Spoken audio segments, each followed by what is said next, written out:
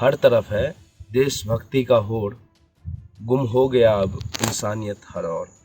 क्योंकि हर कोई यहाँ गंदी निगाह का शिकार है। सभी के दिल में यहाँ सिर्फ अंधकार ही अंधकार है।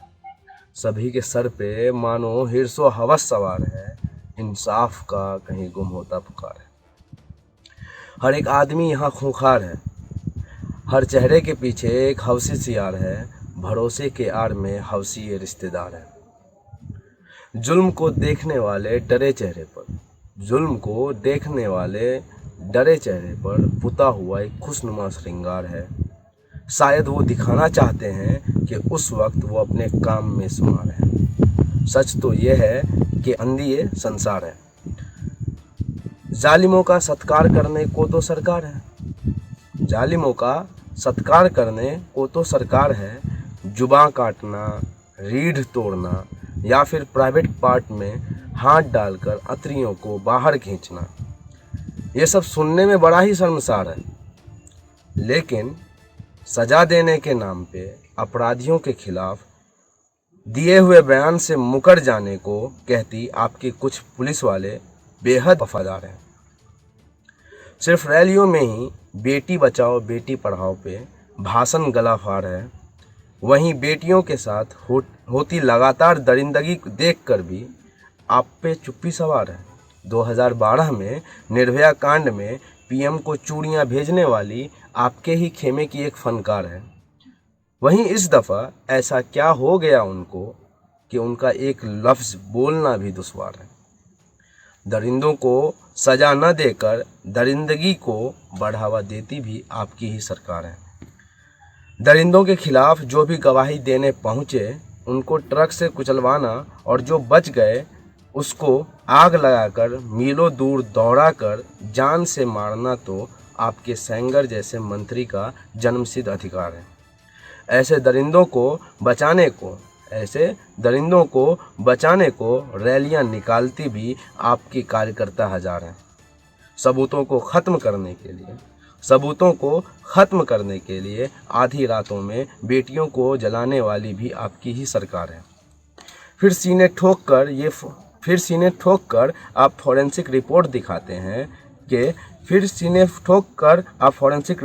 दिखाते हैं ना ही उस बच्ची का रेप हुआ और ना ही जुबां पर चलाई गई कोई हथियार है। ओहो, अब समझ आया कि आपकी प्रायोरिटी